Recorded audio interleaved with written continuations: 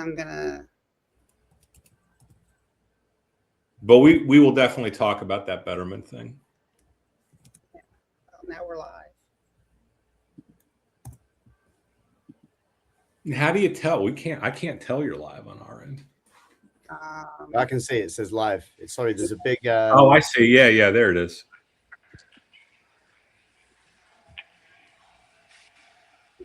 Sorry, I had to run down and get my coffee. We have our priorities. I got my Diet Coke. I've been trying to drink a lot of water, like a gallon a day. I've been on a crazy diet, like a 0 carb diet. I've lost 20 pounds because of it. I feel great, but I have to have my Diet Coke. Yeah, you need a DC in there. Yeah, but you'll be better without all of the carbs in you, right?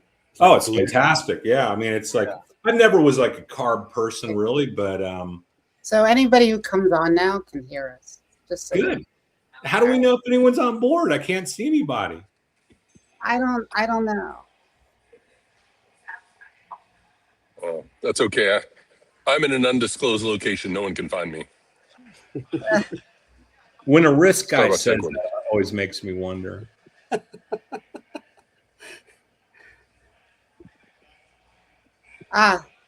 People are here. Now they're showing up in comments. When you're here, feel free to give us a shout out in the comments so that we know you're here. Well, I see James Green. Hey, Martha, what's going on? How things out in the Midwest? No, I'm sorry, Coke Zero, no. Tammy's there, live from Denver. Not Denver, Colorado. That's like saying, anyway. No Coke Zero. We have Florida represented. Thanks for calling in live on the radio channel today.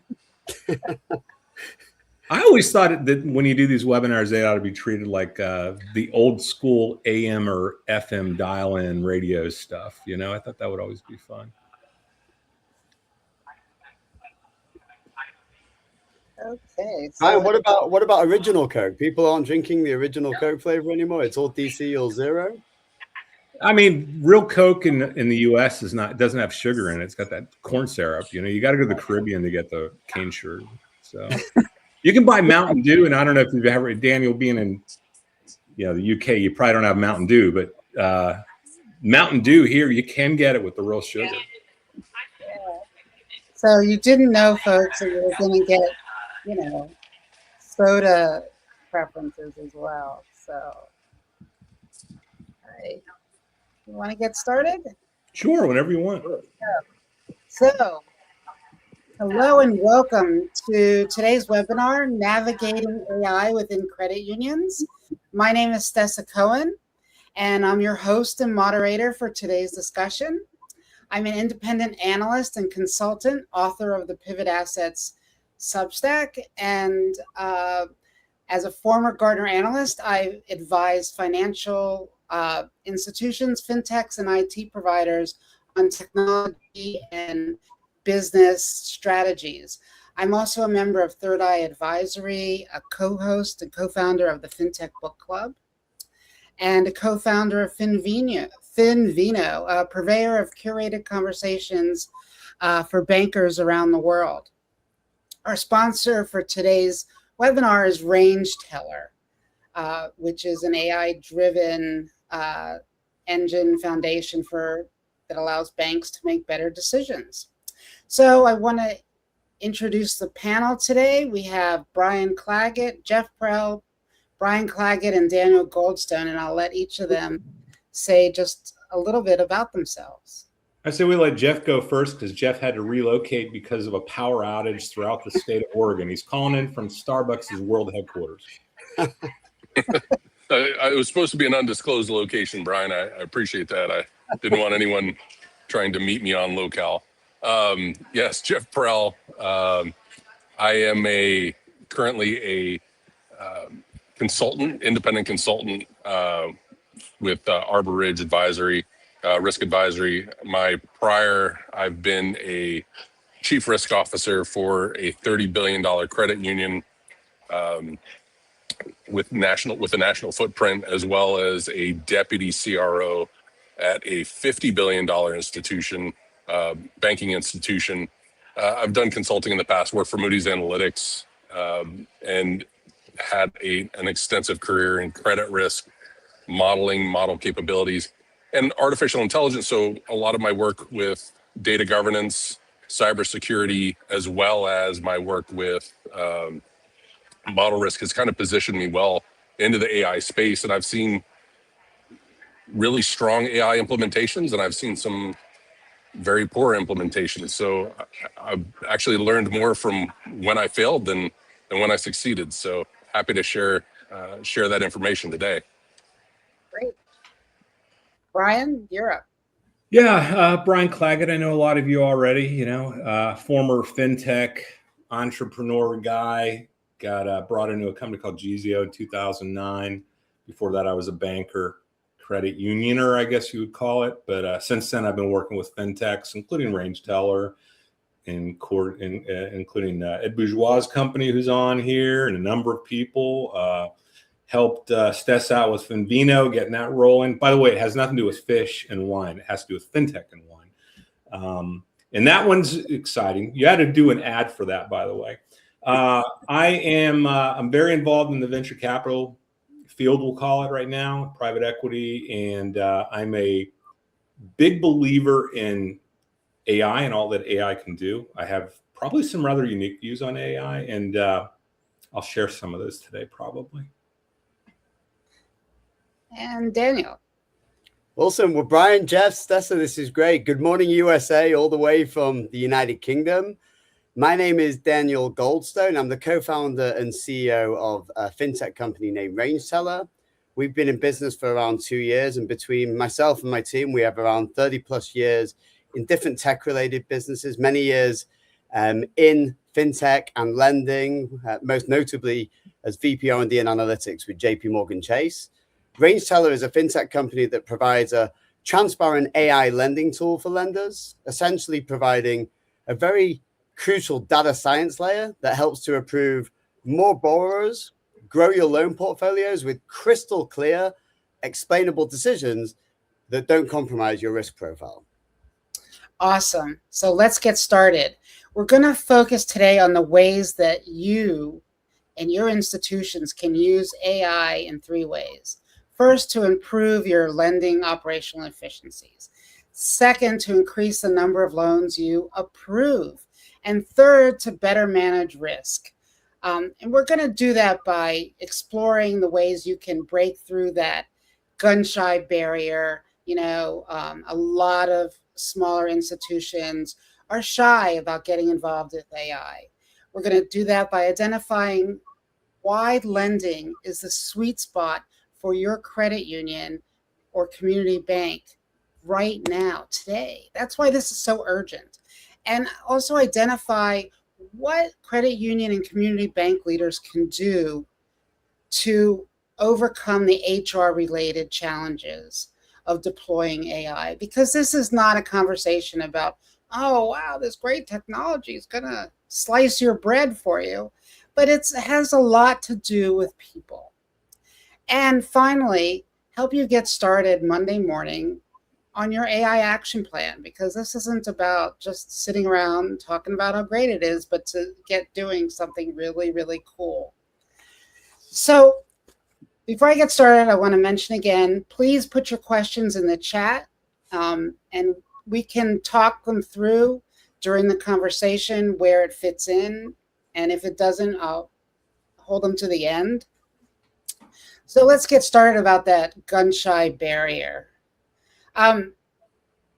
Typically, and especially when I worked at Gartner and talked to credit unions and community banks, you would always advise those banks that were really risk averse, wait until the technology matures. It'll be lower risk and lower cost. And typically, not all, but typically credit unions, community banks didn't want to invest in the new technologies that were high risk and high cost. But what we're seeing now is that AI technologies bust that traditional, cycle of maturing technologies. Tools are emerging every day that are ready for you to work with, and new enough that they can hallucinate or cause problems in your institution, and not just glitches, but really serious issues. We don't want to downplay that. So let's get into a little bit of why AI defies this traditional technology evolution, and what it means for credit unions who are going, and community banks who are going to wait for the maturity. Why is that a problem, Brian? I'll start off by saying, I mean, it is a problem. There's a lot of problems in the world of banking and credit unions, zero doubt about it. It's a commoditized industry. That's number one. It doesn't seem like, for whatever reason, there's a big motivation to upgrade the experience. And by the way, as a side note, if anybody would like to hear about my unique robo-advisory experience, send a note to Stessa after this. I've got a doozy, 15 days to do a transfer. Jeff saw it as well. And boy, if you guys ever had an opportunity to recapture, share a wallet from the robo-advisors, I got an example that's worth a lot of money to you. I think fundamentally, I don't think credit unions and community banks necessarily afraid of AI. I don't think they're afraid of AI.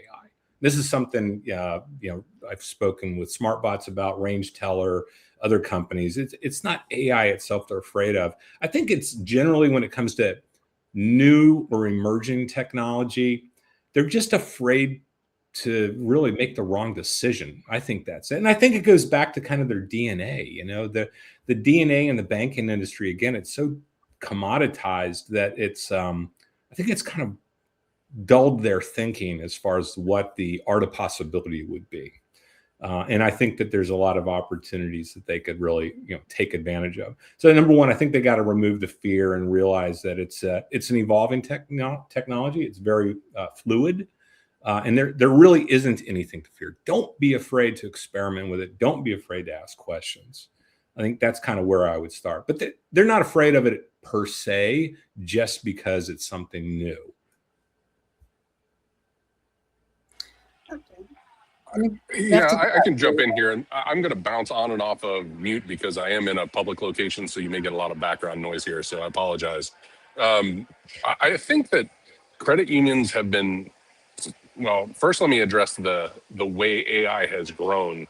The ability for coding and for iterations to occur has been exponentially faster. It's caused AI to adapt and to evolve very, very quickly.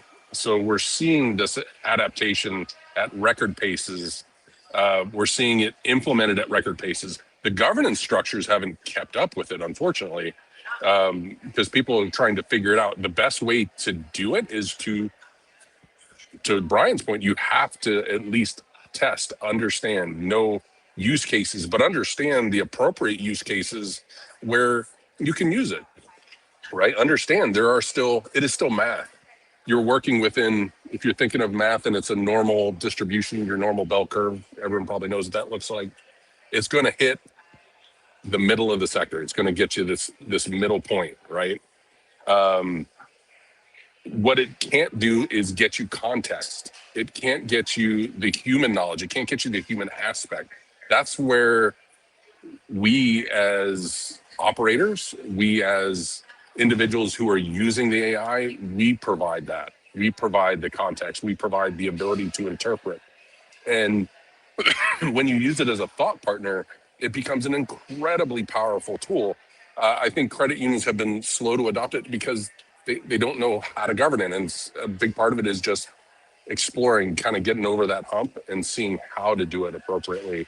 And you have to do it with the sophistication of your organization, right? So you don't want to give it full autonomous decisioning rights in all cases, right? There are instances where it would be it's a very big problem from an underwriting standpoint. But if you allow it to do that and you start to have drift, if you start to have other issues where the model starts to break down, those are all important things. But as we talk about it, I think it's moving at such a pace that we're also seeing, if you don't adopt, if you don't start to move off of ground zero, you're behind. You're getting to a point where you can't provide a good experience. And that's what people are looking for. and that's where deposits run out. That's where loans go elsewhere. To make yourself competitive, I think there's some value in that. So. Yeah, well, the Filing Center last year released results of a survey they did with American and Canadian credit unions and found that almost 20% of credit unions with less than $1 billion in assets had not adopted AI at all. So I think, we see every day, here's opportunities for credit unions to do this and do that, but if you're missing the boat because, you're shy or you say I'm too small, I think that's a real risk in just abandoning the space to whoever's going to fill it. Let me add this because I'm passionate about this. I have had conversations with very progressive bankers, that are thought leading bankers. At least they position themselves as that. And they have told me flat out AI is a fad. That it's just a moment in time, and part of me agrees with them in the sense that AI as its own little marketing bubble, we'll call it, will just go away and it will become ingrained in our technology stacks. We'll be ingrained in how we process our lives, our businesses, our experiences, whether it's your phone, your monitors, your TV shows, avoiding scam calls on your phone, or how you're engaging with your financial institution or robo-advisor or not. It's just going to be there. I don't think AI will be the separate thing per se. It'll just become buried in our everyday lives, just like the internet is. So there's a lot of marketing BS around AI as a whole that I think that we have to get over with. But sitting on the sidelines and thinking that it's just a passing thing, a fad, that's ignorant. That is not it. It is something we have to be faced with. Now, you have to be motivated properly to embrace AI, almost from a business culture perspective. No one on this call is going to ever say that it's here to replace human beings. There's a concept called human in the loop that is remarkably important. It's something I'm passionate about. Yeah. Credit unions and bankers can look at AI and they can say, how can AI replace a person? Or it can say, how can it improve their lives so they can spend more time doing less related to credit analysis, or less due to a reconciliation or problem resolution, and how do I get them to spend more quality time on customer or member engagement? That's the real opportunity. This is about efficiency in identifying credible members based upon new behaviors that can be looked at using AI, or process improvements and bottom line efficiency. And everybody in this industry, in any industry, can be more efficient. I think it's incredible what experts like you have brought to the table here and what you spoke about. This isn't an AI doomsday. This is about utilizing technology to make us more efficient and to ultimately better serve our customers. Transparency is key. Transparency is understanding these services. I'm not just talking about some ad hoc or post hoc explanation of a system. I'm talking about using a piece of technology, AI, that is fully transparent by design. And we can see that explainable AI is coming to the US in lending, starting with the new legislation change in Colorado, and other states will follow. We see it with Illinois, who have enacted similar changes. And I think that's something that's extremely important. And there's a big challenge here. I'm not saying we have all the answers today, but using local historical data is much more reliable and informative than national generic credit scoring data. Someone who lives in rural Ohio shouldn't be assessed the same way we look at someone who lives in downtown Miami. But for many of these credit unions and community banks, they don't always have access to this data, or they're buying in third-party data. But the problem is they don't have data science to interrogate this data. And what they need is that data science layer to interrogate the data. And I think when we talk about AI, it's such a broad topic. There's so many different layers to this. And I think one of the most interesting layers that should be really harnessed and look into, because we can really adopt it in a much simpler way today, is the advanced machine learning piece, which if we do use it in a meaningful way, it will read in seconds all of that numerical data you have. So all of the good outcomes, all of the not so good outcomes, all of the outcomes that we that we didn't know about because we use credit scores to determine them. And I think that advanced machine learning piece can be a potential game changer.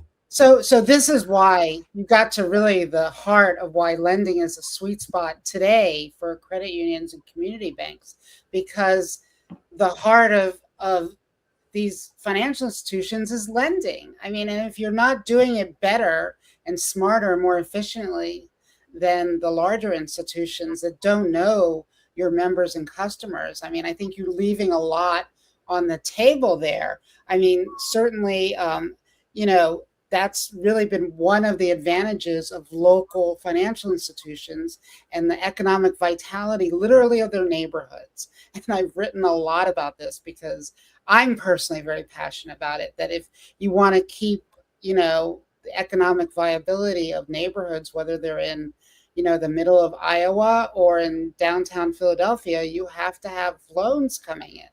And to understand them and not just give them to $10 million small businesses, to understand those people, you need the data. And that's something that I think when we hear all the hype and marketing about AI and AI speak, we miss the part about the data, and that you can bring in other kinds of data, regardless of whether you have X legacy core or Y legacy core, or you're moving to A legacy core.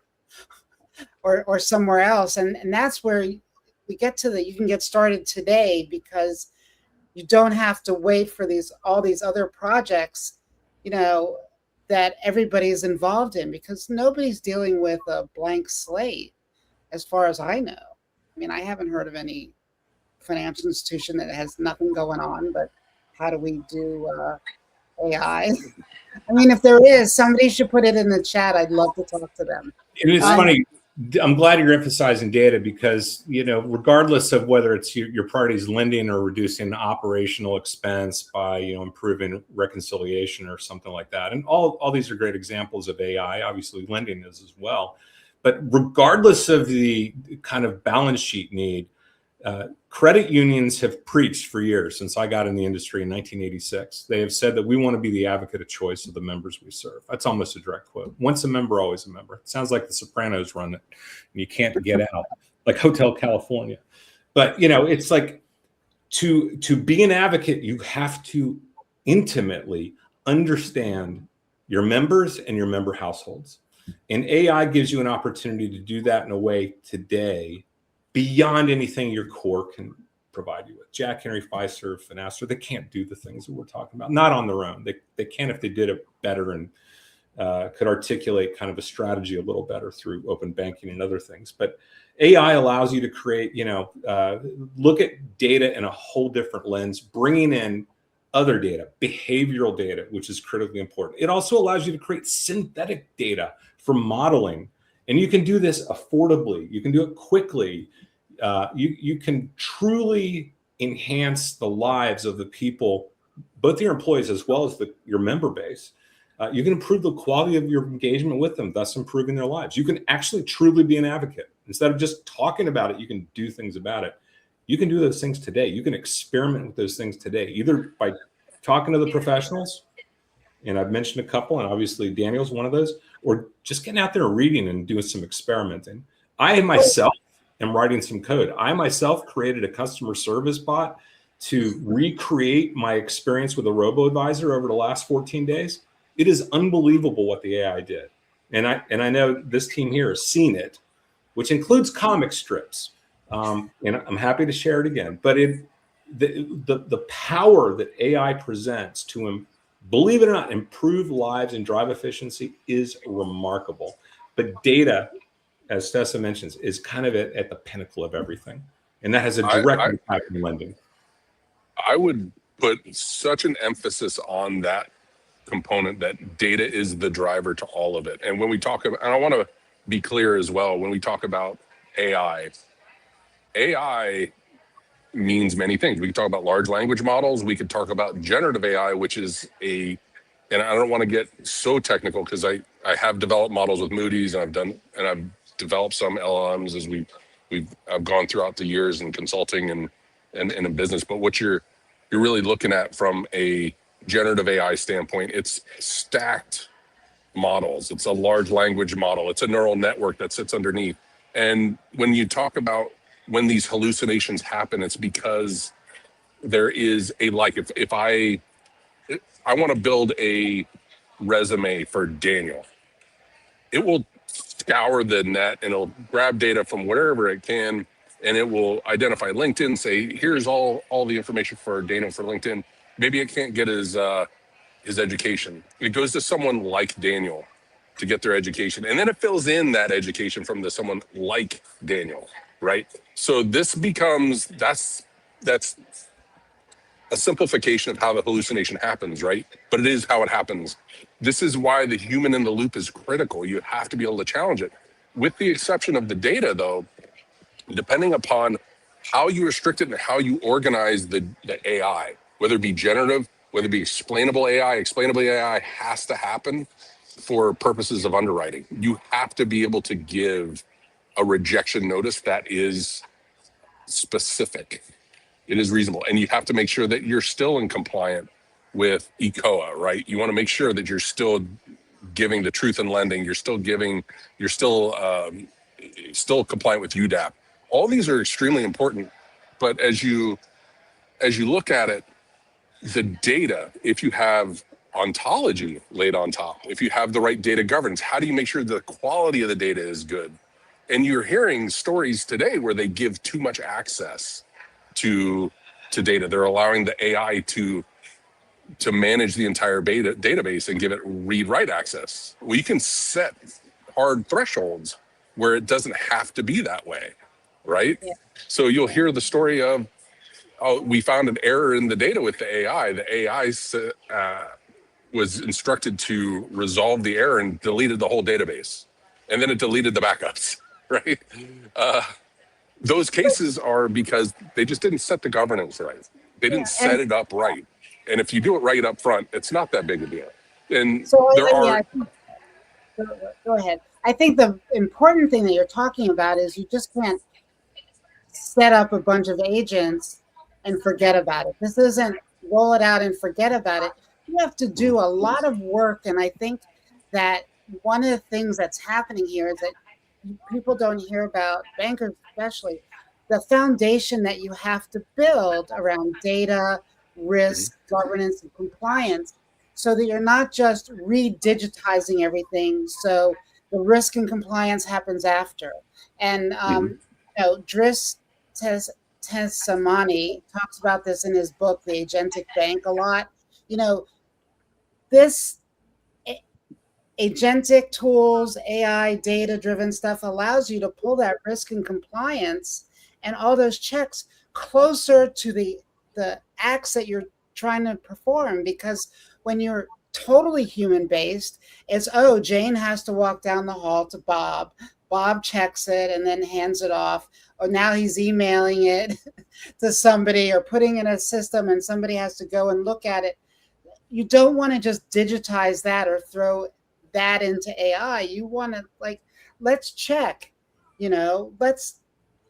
agents, AI has a role. What's their role? And defining that is not a simple task. It's not like plugging in a refrigerator and then it's going to like freeze everything and cool everything appropriately. I think that's really important. It's just doing it thoughtfully, right? Just having the right data, doing it thoughtfully, not giving it too much access. And I think there are tools out there that you can restrict that access and you don't have to do this. And it's very cost effective and it's easy to experiment with that, but it's being aware. Right? I agree. And I think we're luckier than ever. We live in the best time to ever live, and technology is here. And credit unions and community banks that have, for the past decade or longer, watched the time passively slip away. They have a very unique opportunity here. There's a daily decision that they have. They either continue to watch it slip away or they actively embrace every single moment which they have with technology. And I think what you three have just spoken about is using the data, using it in a way that you can combine with data science. And you don't necessarily need data scientists today to do that. There's technology out there that will do it for you. And there's a way that you can do it in in a meaningful way, which you can, what Brian said, keep the human in the loop. The human has the control. The human has the intellect. The human has the local domain experience. They know their local community members. They know their customers better than any national generic score or AI bot. And I think having that fusion of both of those things are potentially game changing and really how they will actually win the competition back from the fintechs. Well, I mean, lending's where the revenue is generated too. Let's not forget that, right? That's why it's so important, I think, to start in the lending area.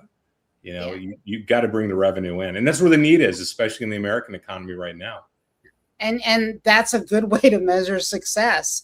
You know, I mean, so you need some benchmarks because, again, kind of bringing this into reality, you don't want to just throw out some technology and then how do we know it's successful? You know, how do we know it's successful? What are some measurable benchmarks that credit unions and community banks can use to measure whether they've been successful in the lending space? I think what they need, and I think what Brian was talking about at the beginning, they need systems that are not black boxes. So if we go back to what's happening in Colorado, it's from July this year, so just a few days away.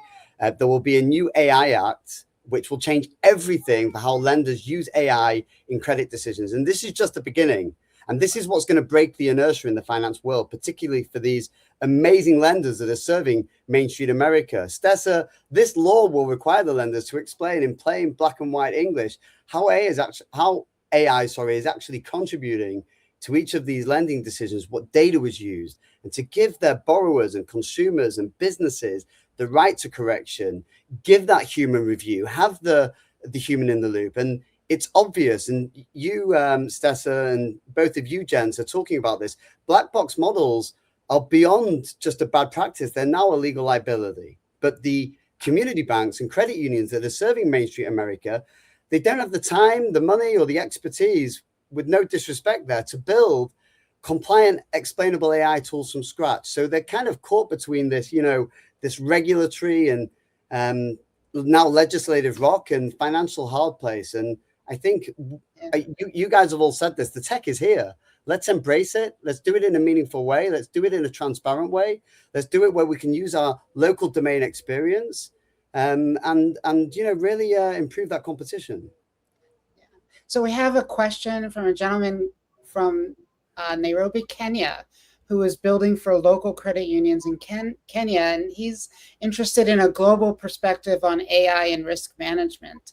And I think, Daniel, you're well placed, you know, not being American, to talk and have expertise outside of the US, I know, and maybe Jeff as well, about that AI and risk management. How does this translate to other countries, briefly? Okay, so it's important. Although I'm from the UK, we launched our solution for the US market, particularly those 4,000 community banks and 4,500 credit unions. Although I'm not in the US, I've had, you know, between myself and my co-founder, 30 plus years working with Americans. We love Americans. We love that Americans don't look at these challenges as big problems. They look at them as things that they can solve. There's never a mountain that's too high that they can solve. And we love that attitude. And it's that attitude we want to bring back to the community bank and credit union world and try and drop this. We like to be first to be third type of attitude, which is just going to drag us back into further challenge. So originally it was built for the US, who have lost, you know, billions to the fintech lenders who use more advanced methods. But in terms of in Kenya, it's similar. You guys still rely on third-party bureau data. It's all well and good having that data. If you don't have a tool or technology or data science to interrogate that data, then it's a bit of a pointless exercise. You need technology that can interrogate the data. You need a solution that allows you to keep, as Brian was mentioning before, Kaib John's knowledge and experience in the loop. No one knows Nairobi, Kenya better than Kaib John. I assume you're working either with a bureau in Kenya, and if they're not in Kenya, they're probably in another African nation, and it might be national generic African data. So I would recommend harnessing AI, harnessing, as Jeff was talking about, the different layers of AI, not just the LLMs, not just the generative bit. If you've got numerical data, the advanced machine learning piece is going to read that data and give you lightning quick results. And technology is here to help you, Kai. And I think no matter where you are in the world, lending is going to mean better analysis of cash flow patterns. Okay, it's going to mean a better management of profitability or probability of default. You'll get a better picture of that. Collateral risk, that's another one. It doesn't matter where you're in the world. Income volatility, portfolio exposure, all these little nuances, which has a direct impact on the customer experience, which will include more accurate approvals, right? Better modeling, better answers, better pricing, regardless of the world. Fewer blunt yes/no answers, because those which drive consumers crazy, and more nuanced credit offers. I don't care where you're in the world. That's what you're moving toward. Between quantum computing and AI, that's where the world's headed. So it's translate. I'm sorry, Stessa. I just want to jump straight back in, and you're 100% right. But I just saw in the comments, Mark Rayberger said, I just use his line? The whole first to be third thing. It wasn't you that I heard it from, but it was definitely a line I heard from you recently.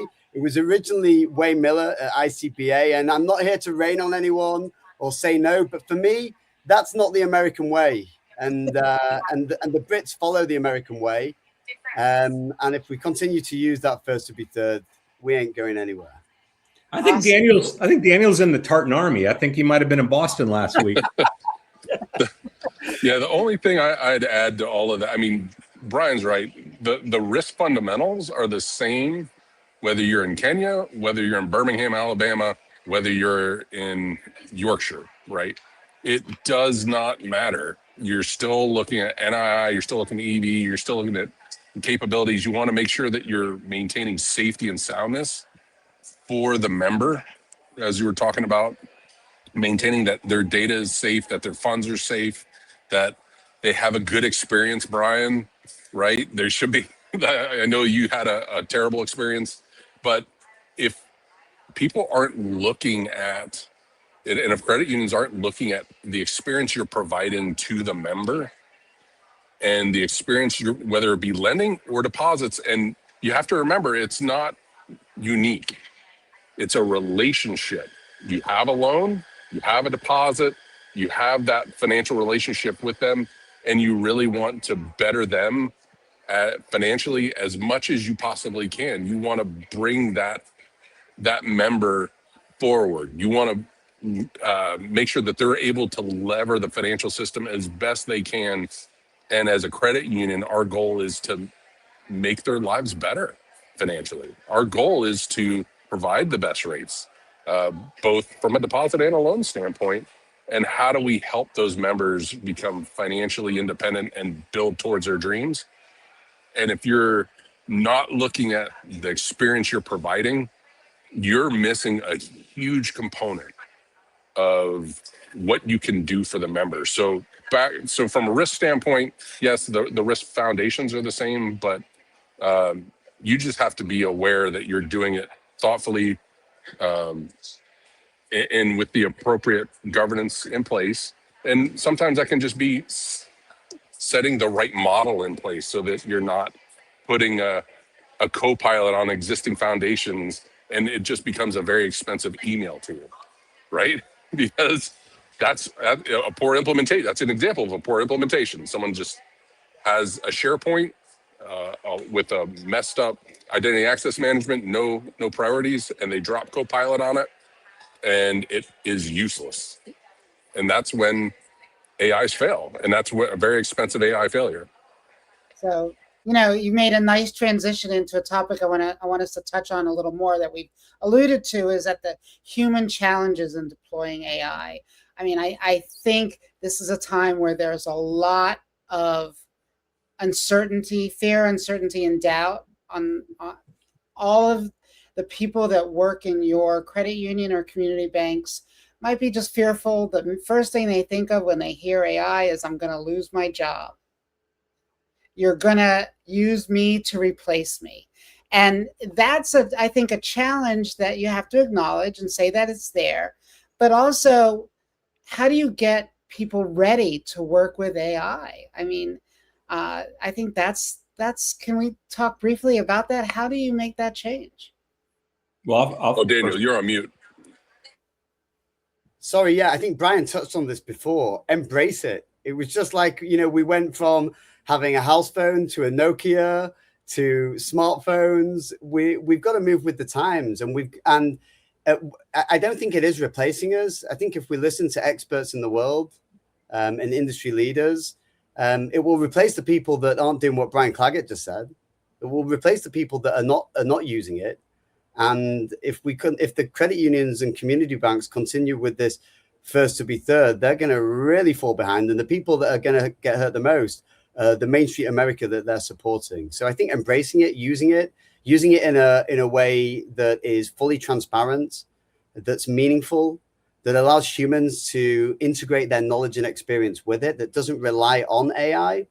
I think it's a no-brainer. Like, technology's there. I think something else I discussed with Mark another time, and one of the challenges credit unions and community banks have is actually getting access to their local data, or maybe they're buying that third-party data and they don't have tools to interrogate it. But if they can't get access to that data, maybe because it's in the cores, then it's difficult for them to actually start using AI on that. But it would be interesting to know and talk about, how we can help them get access to their data better, and also use technology to analyze it, because I think there's a big trick there, Stessa. Yeah, well, I think that starting at the top is really important. The Filene study that I mentioned showed that just 4% of credit unions had people tasked with AI strategy and action. I think that's the first problem or challenge that CEOs, CTOs, CMOs, everybody has to look at. How are we going to address this throughout our organization? I don't think creating another silo of AI innovation is going to really help, but who's going to be looking at this at a strategic level so that we can implement at a tactical, operational level? I think AI ownership actually sits somewhere between risk, technology, and customer experience or member experience. And member experience is what's driving it, because if I'm more efficient on the back end, I'm more efficient and more engaging on the front end. I'm more contextual, more relevant, and I'm speedier. The Agentic Bank book makes the case that this absolutely is true. And if you don't bring all of these organizations within the institution together from the start, you're going to run into all the problems around risk, compliance, hallucination, stuff not working, not realizing revenue, not actually improving your efficiencies. You're going to end up in that place. So, and that's, I think, a big change in the organization. That's really doing the work of overcoming these silos that we've seen in every financial institution that has robbed them of so much value. Stessa, I want to go back to something you said a little earlier, Stessa, about the fear of replacement. I think a lot of that fear, when I talk to bankers, and I talk to them every day, credit union people, bankers, fintechs, and we talk about AI, it's not fear of AI. I think the fear of AI and the fear of AI and replacement, it's coming from media. I think it's a soundbite. I think that's something to get people to read. I don't buy it. I think most bankers recognize like AI doomsday. Yeah, it's AI, and it's everywhere. Right? It's just the upside to AI is so much stronger than negative. Granted, with quantum computing and AI, yeah, maybe the machines will take over in one day. You know what? The way the world's going, sign me up. Maybe it'll be better. I don't know, but I don't believe people are sitting at home, especially bankers, credit unioners, and are fearing that their job will be replaced by tomorrow. It's not. Their job is to be a financial advocate. Doesn't matter how they get there, but that is their job. Right. And I agree with that. People are afraid of what they don't know. And what AI is doing right now is people don't know it, but people, and I would say it's commercial banker, or it's bankers, it's credit unions, it's everywhere. People build silos and hope that they protect their job, right? What AI is doing is breaking those silos. Governance is not risk. just risk, right? It's an operational risk, yes, but there's cybersecurity, information security, data governance, and model risk. There's marketing components. There's also experience components that I talked about. It's impact on the financials on the balance sheet. All of these are intertwined, and those silos are breaking down, and people are getting uncomfortable that they now have to adapt and learn something new. You have to be able to challenge and effectively evaluate what that model is producing, what that AI is producing, and be able to call out the hallucination, be able to see in that 90% where the 10% error resides. You've got to be able to see those things. And the explainability, the explainable AI, that's going to help out a lot. And being able to implement that and understand that, I think folks, as they get better at it, you can't code, or I'm sorry, you can't prompt out these injections anymore. You can't prompt out the errors. It's going to happen. So you have to be able to know where to do it. And explainable AI will help with that. But understanding that the silos are breaking down, we're going to have to adapt, but it's not replacing jobs. It's just like a computer when it came in the 80s. It changed how we work. Now name a place that doesn't have computers, that doesn't have a laptop. Who doesn't have a laptop? Who doesn't have an iPhone? A smartphone? It's just that adaptation, and it's how we look at it. And really, you just need to ask the how. It's not, a lot of organizations and a lot of risk folks will say no. You have to change that. You have to go to how. How do we do this correctly? How do we do it right? And how do we do it in a way that we get the return on investment? And how do we monitor it? How do we make sure we're not blowing the token cost down? Yeah. That's all critical.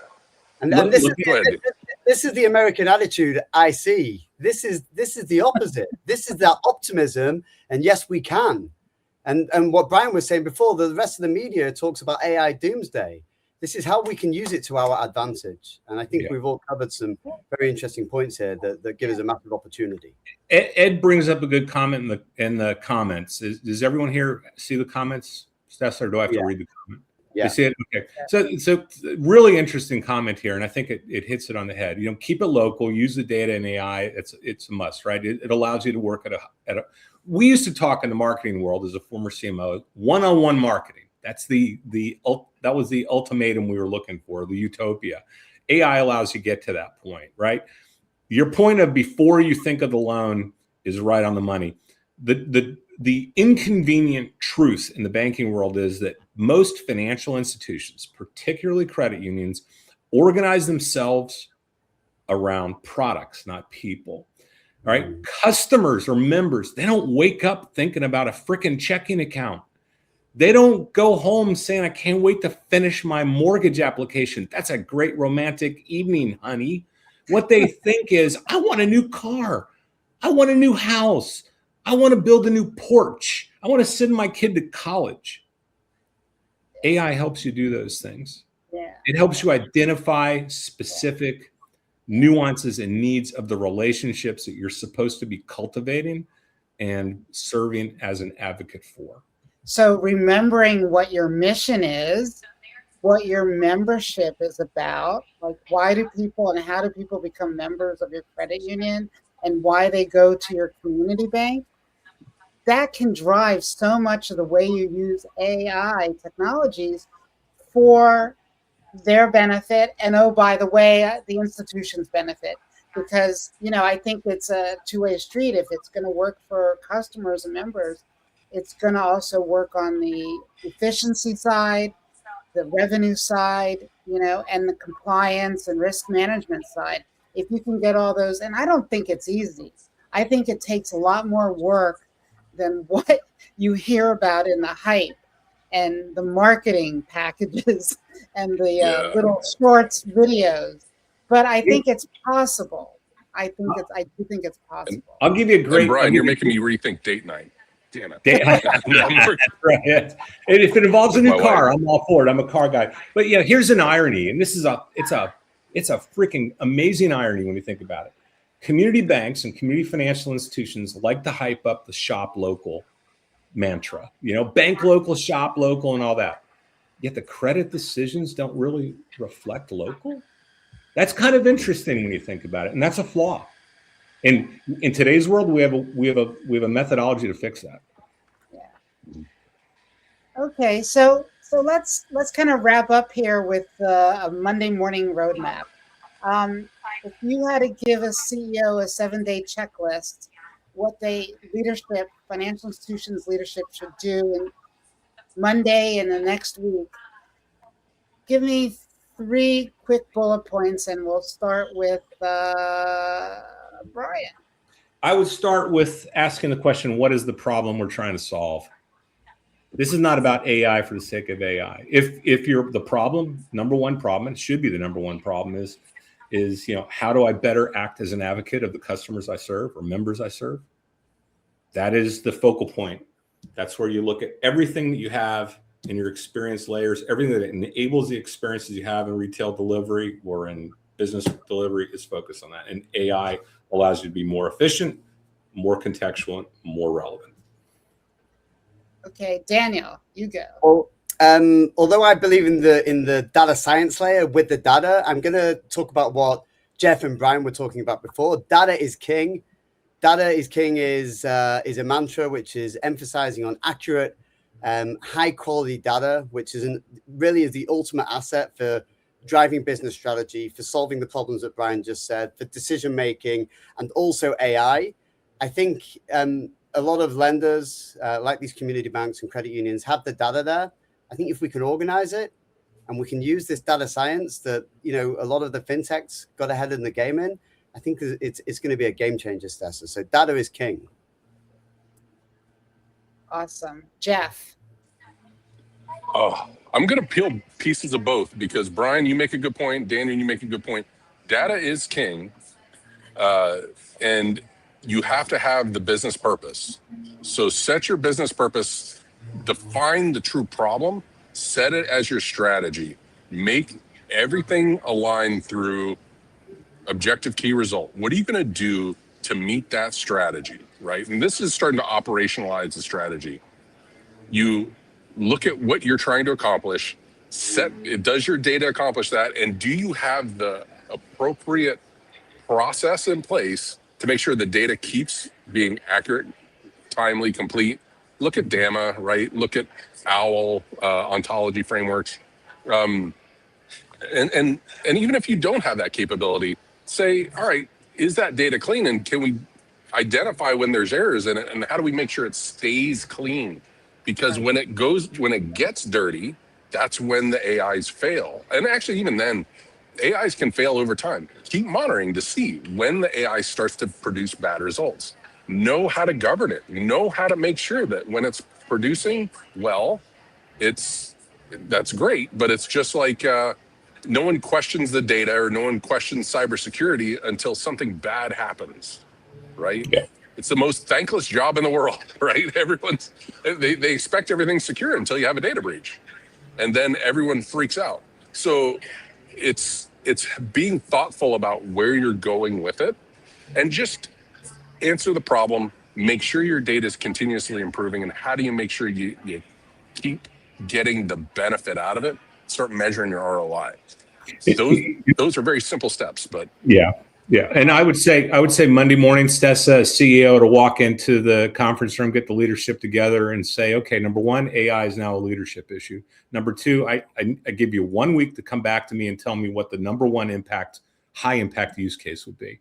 It's going to be around things like back office reconciliation, back office inefficiency, credit quality, credit scoring. That's where it's going to be. Where does it drive savings? Where does it drive revenue? Yeah, and I'm going to add one thing that I think CEOs should do and their executive team is read.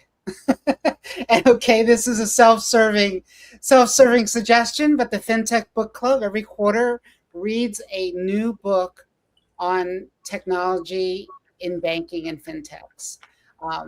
You need to talk about ethics at the senior executive level. You need to talk about mission. You need to talk about strategy and how you're going to bring these organizations together that typically they've had silos.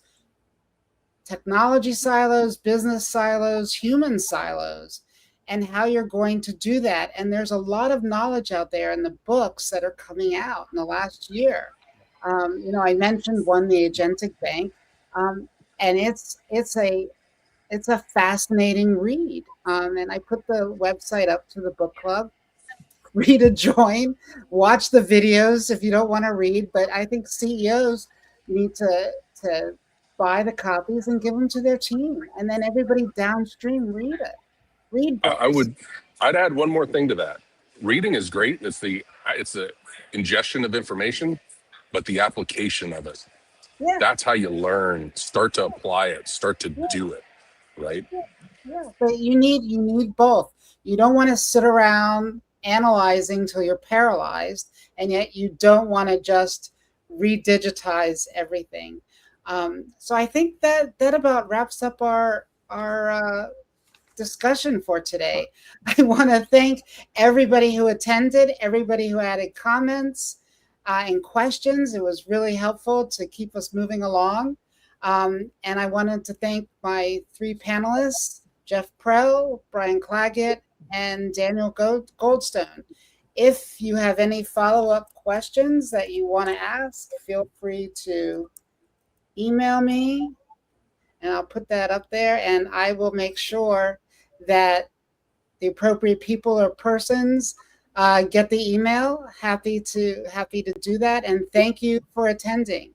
And once again, you will be getting a copy of this in your inbox.